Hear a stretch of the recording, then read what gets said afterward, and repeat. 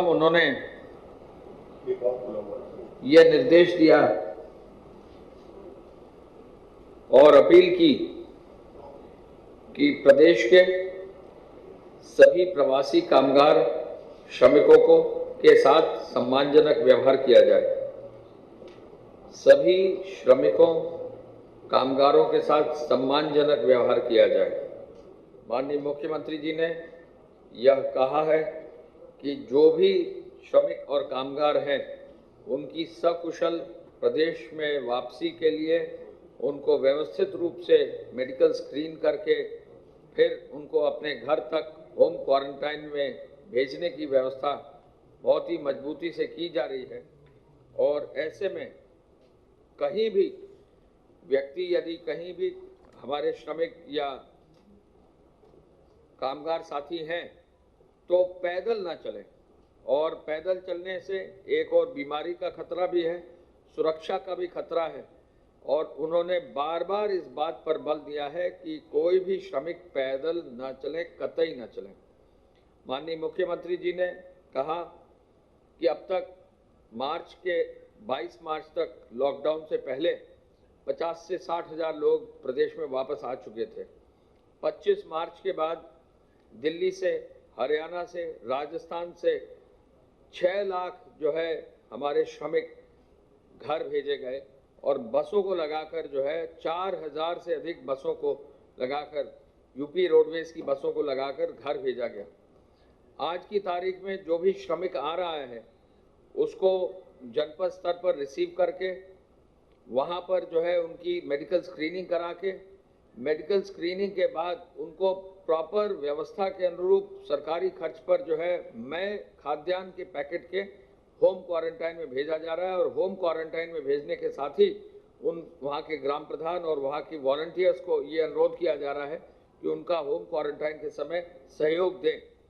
तो मुख्यमंत्री जी का ये कहना है कि जब 11,500 हरियाणा से भी लाए गए हैं श्रमिक भाई, कोटा से सभी छात्र 12,000 से अधिक आ चुके हैं, प्रयागराज से जो है 15,000 से अधिक छात्र अपने घर जा चुके हैं, मध्य प्रदेश और राजस्थान से अलग से फिर 15,000 लोगों को लाया गया है, गुजरात से, महाराष्ट्र से और भी जगहों से जो है लोग कुछ वाहन से भी आ चुके हैं। हरियाणा से अब जो है हम लोग 30,000 लोग आज या कल तक श्रमिक और कामगारों को जो एग्रीकल्चरल लेबरर्स हैं उनको लाने की व्यवस्था कर रहे हैं। और उन्होंने ये भी कहा कि अभी तक, आज अभी इस प्रेस कॉन्फ्रेंस तक जो है 69 ट्रेन हमारे प्रदेश में आ चुकी हैं। मुख्यमंत्री जी ने कहा जब इतनी बड़ी मात्रा में ट्रेन हमारी आ रही हैं प्रदेश में तो कोई कारण नहीं है कि किसी को पैदल चलने की आवश्यकता है। अभी तक जो 69 ट्रेन आई हैं, 69 ट्रेन जो आई हैं उनमें आगरा में अब तक 2 ट्रेन आ चुकी हैं, कानपुर में 2 आ चुकी हैं, लखनऊ में 11 ट्रेन आ चुकी हैं, जौनपुर में 2 ट्रेन आ चुकी हैं, गोरखपुर में 11 ट्रेन आ चुकी हैं, बरेली में 2 ट्रेन आ चुकी है, बलिया में ट्रेन आ चुकी हैं, प्रयागराज में 7 ट्रेन आ चुकी है, प्रतापगढ़ में भी ट्रेन आ चुकी है, रायबरेली में 1 ट्रेन आ चुकी है, वाराणसी में 2 ट्रेन आ चुकी हैं, अमेठी में 1 ट्रेन आ चुकी है, मऊ में 1 ट्रेन आ चुकी है, कन्नौज में 1 ट्रेन आ चुकी है, गाजीपुर में 2 ट्रेन आ चुकी हैं, बांदा में 1 ट्रेन आ चुकी हैं, हरदोई में ट्रेन आ चुकी है, आजमगढ़ में आई है, अयोध्या में आई है, बाराबंकी में आई है, सोनभद्र में आई है, गोंडा में आई है, सीतापुर, उन्नाव, बस्ती, कासगंज, मानिकपुर यानी चित्रकूट, और इस आधार पर 69 ट्रेन जो है प्रदेश में आ चुकी है। आज ये जिले करीब हम 40 जिलों में ट्रेन सब ले रहे हैं। 40 जिले ऐसे तैयार कर लिए गए हैं जहाँ ट्रेन सीधे आ सकती है। जो हमारे जनपदी जिले हैं, जहाँ मंडल मुख्यालय से अलग जिले हैं, उनमें भी ट्रेन की व्यवस्था कर दी है। 40 जो है स्थानों पर, इंक्लूडिंग सोनभद्र में 54 में और फिरोजाबाद में जो है टूंडला में ट्रेन लेने की व्यवस्था कर ली गई। तो इस आधार पर बहुत ही बड़ी संख्या में जब ट्रेन आ रही हैं तो मुख्यमंत्री जी का ये कहना है और अपील है, उन्होंने सबसे अपील की है और इसका प्रचार हमारे सूचना विभाग से भी अलग से होगा कि हर हालत में लोग व्यवस्था के अनुरूप आए, कोई भी अनावश्यक रूप से साइकिल या पैदल पर न चले। मुख्यमंत्री जी ने ये भी रिव्यू आज किया कि आज कुल मिलाकर 11 ट्रेन आ चुकी हैं और 16 ट्रेन और आने वाली, यानी एक दिन में 27 ट्रेनें आ रही, यानी 30,000 लोग एक ही दिन में जो है केवल ट्रेन से आ रहे हैं और ये संख्या भी बढ़ेगी।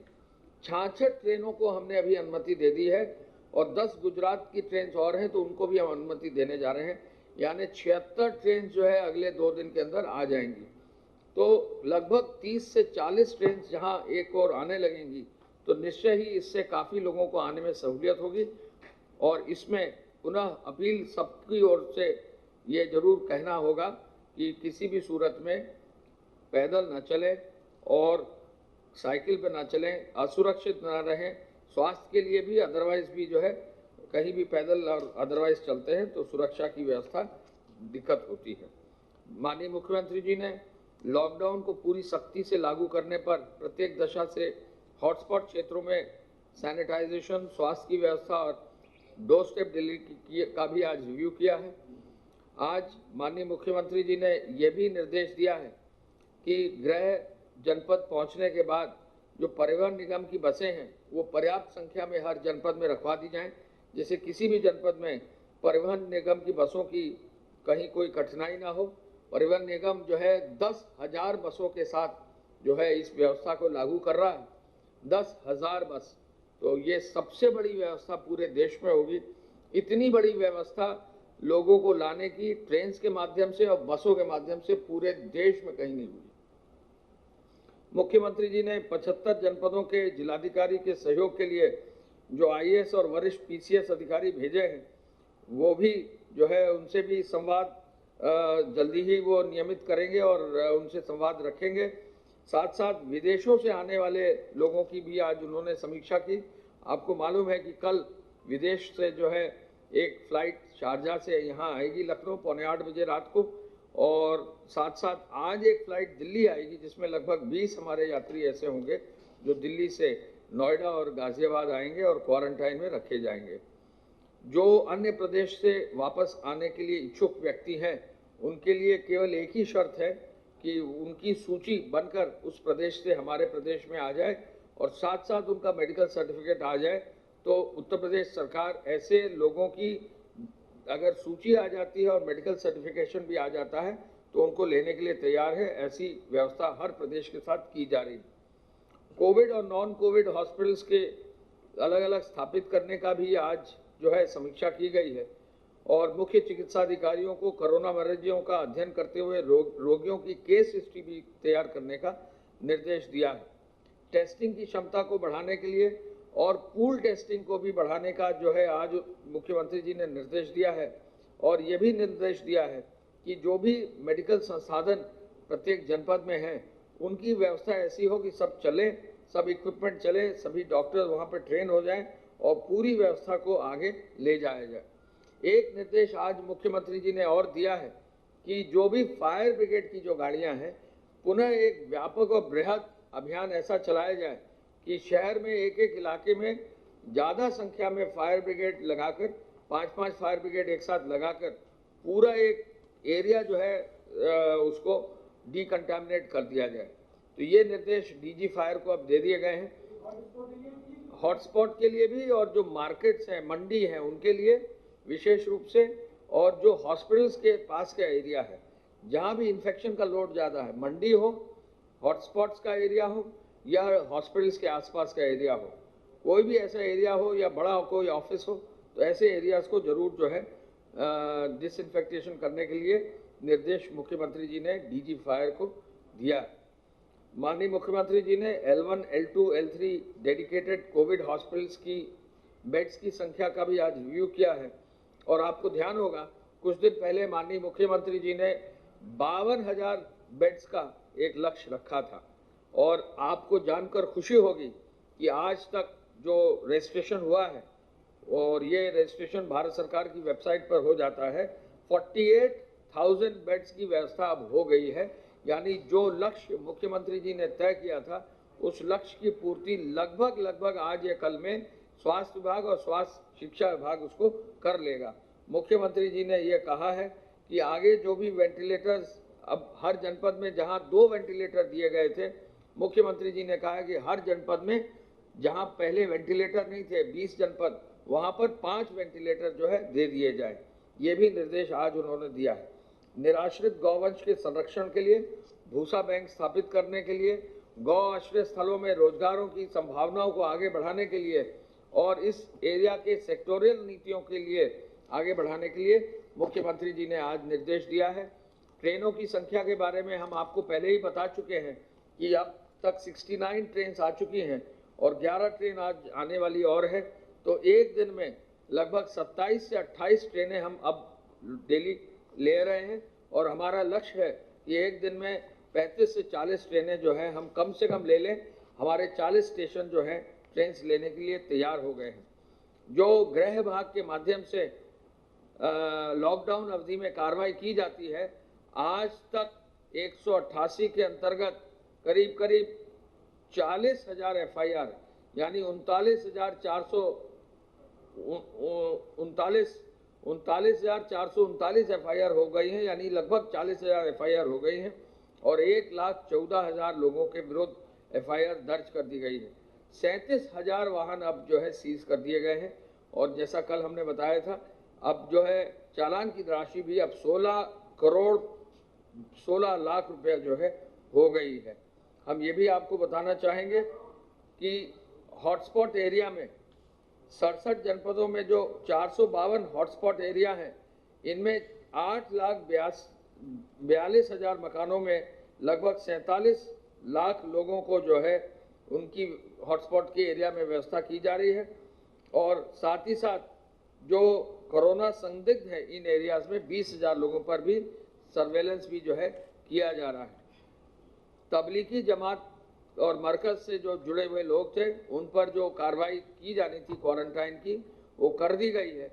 लगभग 2,670 लोगों को अब तक क्वारंटाइन जो है कर दिया गया है और विदेशी जो ऐसे व्यक्ति हैं, 325 ऐसे विदेशी व्यक्ति हैं जिन पर जो है वो क्वारंटाइन की कार्रवाई उनको की गई है, वो क्वारंटाइन में हैं। APC साहब की सूचना के अनुसार अब तक जो है 43,000 मोबाइल वैन्स जो है लगाई गई हैं डोर स्टेप डिलीवरी के लिए। दूध के लिए 21,000 जो है डोर स्टेप डिलीवरी वैन्स लगाई गई हैं। लगभग 34.5 लाख लीटर दूध कल वितरित हुआ है। किराना स्टोर्स में 51,549 जो है डिलीवरी के साधन लगाए गए हैं और राशन कार्ड में ये जानकर आपको खुशी होगी कि राशन कार्ड में जो है 3,52,22,000 राशन कार्ड में 3,04,69,000 यानी लगभग 3,05,00,000 जो है राशन कार्ड पर वितरण हो चुका है और 7,05,000 मेट्रिक टन खाद्यान्न निःशुल्क भी और सशुल्क भी दिया जा चुका है। जो कल फूड पैकेट्स हैं, लगभग 10 लाख फूड पैकेट कल बांटे गए हैं। गेहूं क्रय में भी काफ़ी तेजी आई है और गेहूं क्रय अब तक 144 लाख क्विंटल गेहूं का जो है न्यूनतम समर्थन मूल्य पर खरीदा गया है। अब तक जो उद्योग चलाने की गतिविधि है उसमें काफ़ी संख्या में उद्योगों को चला दिया गया है, लेकिन जो 1,000 रुपया श्रमिकों को दिया जाता था, नगरी को, ग्रामीण को, निर्माण श्रमिकों को, अब कुल मिला के 30,94,000 30,94,000 यानी लगभग 31 लाख लोगों को 309.38 करोड़ रुपया जो है 1,000 रुपये की दर से दे दिया गया उनके खाते में और ये बहुत ही अधिक और बड़ी धनराशि है जिससे जो है सभी लोगों को इसमें लाभ मिलेगा। माननीय मुख्यमंत्री जी ने पुनः इस बात का निर्देश जरूर दिया है कि जो हमारे कोरोना वॉरियर्स हैं उनकी पूरी सुरक्षा की जाए और उनकी पूरी सुरक्षा करने के लिए जो भी करने की आवश्यकता है वो कार्य जो है किए जाएंगे। पुनः उनकी ओर से मैं रिपीट करना चाहूँगा कि लोग पैदल ना चलें, इस ओर जो है हमारा ध्यान सबको ओर आकृष्ट करने का है। राजस्व विभाग ने आज ऐप भी डाउनलोड किया है, आज ऐप भी माननीय मुख्यमंत्री जी के हाथों से जो है उसको लॉन्च किया है। ये ऐप सभी लोग डाउनलोड कर सकते हैं और इस ऐप का भी जो है लोग लाभ ले सकते हैं। ये प्रवासी राहत मित्र ऐप है जो हमारे प्रवासी व्यक्ति जो हैं उनके लिए है। और इस ऐप के माध्यम से जो यूनाइटेड नेशंस डेवलपमेंट प्रोग्राम के सहयोग से विकसित हुआ है, इसमें प्रवासी नागरिकों को सरकारी योजना का लाभ, स्वास्थ्य की निगरानी, कौशल के लायक नौकरी और आजीविका प्रदान करने के सहयोग के लिए डेटा कलेक्शन का ये ऐप है। ये ऐप भी आज लॉन्च हो गया है और इसको जो है www.rahatup.in पर जो है देखा जा सकता है और इस ऐप के माध्यम से सभी श्रमिकों को आगे लाभ मिलेगा। मैं प्रमुख सचिव स्वास्थ्य से चाहूँगा कि कृपया अपनी ओर से जो है विवरण विस्तृत देने की कष्ट करें। धन्यवाद। प्रदेश में इस समय जो एक्टिव इन्फेक्शन के केसेस हैं उनकी संख्या 1821 कुल अभी तक जो लोग पूरी तरह उपचारित होकर डिस्चार्ज हो चुके हैं उनकी संख्या 1261 कुल अभी तक संक्रमण के 3145 प्रकरण सामने आए हैं जो 68 जिलों से मिले हैं। इनमें से 68 जिलों में से 9 जनपदों में इस समय कोई भी एक्टिव इन्फेक्शन नहीं है। कुल 63 डेथ्स इसमें हुई हैं। जो सैंपल कल टेस्ट किए गए उनकी संख्या है 4848 सैंपल्स कल टेस्ट किए गए। तो लगातार जो लैब्स की स्ट्रेंथनिंग की गई है, उसका एक्सपेंशन किया गया है, लैब्स की संख्या बढ़ाई गई है, उसका आप परिणाम देख रहे हैं कि शुरू में 200-250 टेस्ट से बढ़ के अब हम 4848 टेस्ट हमने कल किया है। कुल जो अभी तक सैंपल्स टेस्ट किए गए प्रदेश में पब्लिक सेक्टर और प्राइवेट सेक्टर मिला करके उनकी संख्या 1,16,030 कल भी पूल सैंपलिंग की गई, पूल के द्वारा टेस्ट किए गए सैंपल्स के 373 पूल लगाए गए, 373 पूल्स, जिनमें 1779 सैंपल्स की टेस्टिंग हुई। इन 373 में से 18 पूल पॉजिटिव निकले, 355 पूल नेगेटिव आए। एक चीज आपको आज मैं विशेष रूप से बताना चाहूंगा कि जो हमारे एक्टिव इन्फेक्शन के केसेस हैं उनमें एक अच्छा ट्रेंड हम देख रहे हैं, जिसमें संख्या में कुछ कमी आई है। पीछे लगातार एक्टिव इन्फेक्शन केसेस बढ़ रहे थे। 4 मई को एक्टिव इन्फेक्शन के केसेस 1939 थे, 5 मई को 1862 हुए, 6 मई को 1831, 7 मई को फिर से बढ़कर 1868 और आज 8 मई को 1821। तो 4 मई को जो 1939 एक्टिव इन्फेक्शन के केसेस थे आज वो गिर करके 1821 हो गया है। प्रदेश में हमारे जो डिस्चार्जेस है, रिकवरी है, वो काफ़ी ज़्यादा हुई है इस समय। जो रिकवरी का नेशनल परसेंटेज है इस समय वो 29.35% है। जो लोग भी इन्फेक्टेड हुए हैं उनके रिकवरी का नेशनल परसेंटेज 29.35 है, जबकि उत्तर प्रदेश का इस समय रिकवरी का परसेंटेज 40.09 चल रहा है, 40.09%।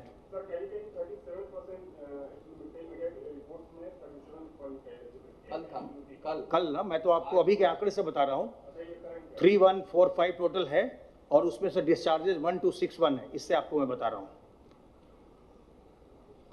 जो सर्वेलेंस की कार्रवाई है वो हमारी निरंतर चल रही है और सर्वेलेंस अब तक सर्वेलेंस की 60,147 टीम्स ने काम किया है, 60,147 टीम्स ने काम किया है और प्रदेश के 50,43,903 घरों का सर्वेक्षण किया गया है। हेल्थ विभाग के टीमों के द्वारा लोगों का सर्वेक्षण किया गया है, जिसमें 2,52,15,344 लोगों का 2,52,15,344 पर्सन्स की स्क्रीनिंग की गई है, उनसे संपर्क किया गया है और उनके हालचाल पूछा गया है। जिनमें भी लक्षण दिखाई पड़े हैं उसकी रिपोर्टिंग की गई है और उस पर उनके फिर आगे टेस्टिंग इत्यादि की कार्रवाई की गई है।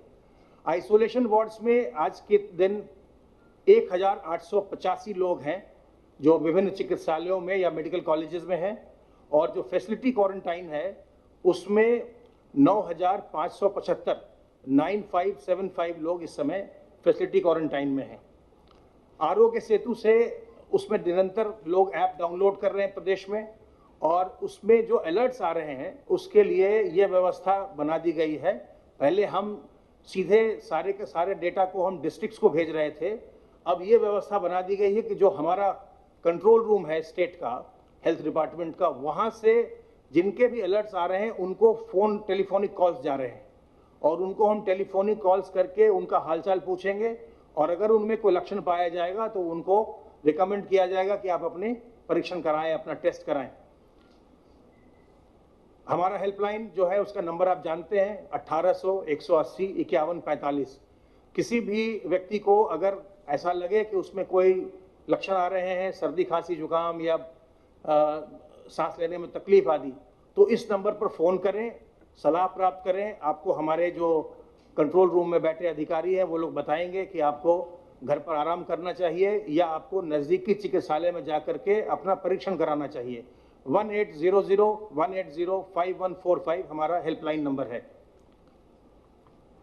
आज आपके माध्यम से फिर मैं ये अनुरोध करना चाहूँगा कि कोविड के साथ साथ हमें नॉन कोविड केयर भी लोगों को उपलब्ध कराना है। लोगों को किडनी संबंधित समस्या या जो इंजरीज होती हैं ट्रॉमा की या कैंसर की या लिवर की या और जो चीज़ें हैं, डिलीवरी है, महिलाओं का जो एंटीनेटल केयर है, वो सब उपलब्ध कराना है। तो जो प्राइवेट सेक्टर के अस्पताल हैं उनसे हमारा अनुरोध है कि वो जो इन्फेक्शन प्रिवेंशन का प्रोटोकॉल है उसका पालन करते हुए बिल्कुल निर्भय होकर के अपनी सेवाएं लोगों को उपलब्ध कराएं। इस संक्रमण के काल में उनकी ये बहुत बड़ी सेवा होगी लोगों के लिए और बहुत बड़ा योगदान होगा। आपके माध्यम से एक बार फिर मैं रिपीट करना चाहूँगा कि ये जो बीमारी है, संक्रमण है, इससे घबराने की आवश्यकता नहीं है। सावधान रह के हमें अपना बचाव करना है, क्योंकि इसका न तो अभी कोई वैक्सीन है न इसके लिए अभी कोई दवा बनी है। तो बचाव ही इसका अभी एकमात्र रास्ता है, और हम सावधान रहकर और कुछ प्रोटोकॉल का पालन करके हम अपना बचाव कर सकते हैं। साबुन और पानी से बार बार हाथ धोते रहें। सोशल डिस्टेंसिंग अर्थात कम से कम 2 गज की दूरी मेंटेन करें। जहां भी आप सार्वजनिक स्थल में जाएं अपने मुंह और नाक को ढकें, उसको मास्क से या रुमाल से, गमछे से, दुपट्टे से मुंह और नाक को कवर करें ताकि आपको दूसरा को इन्फेक्ट न करने पाए, और अगर आप संक्रमित हैं तो आप दूसरे को इन्फेक्ट न करें।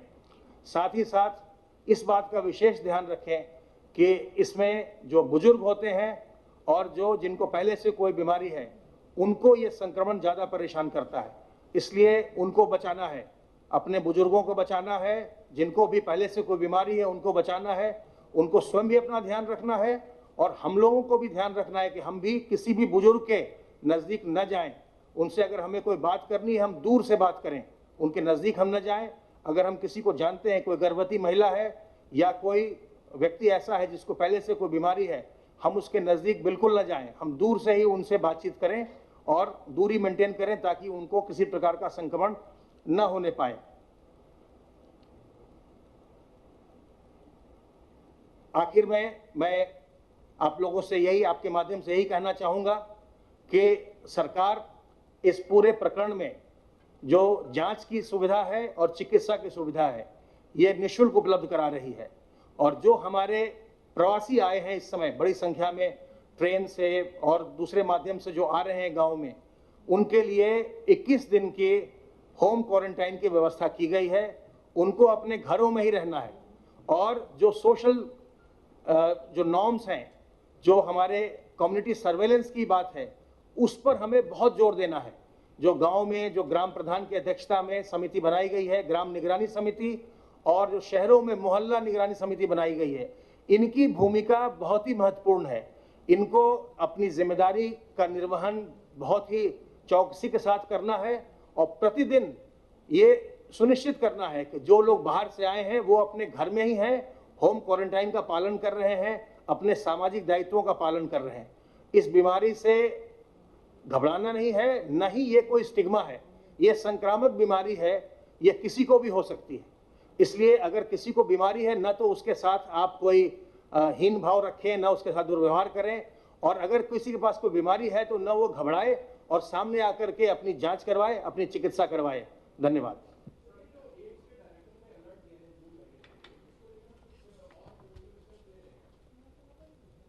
इसका एक ही तरीका है, सोशल डिस्टेंसिंग, फेस कवर करिए,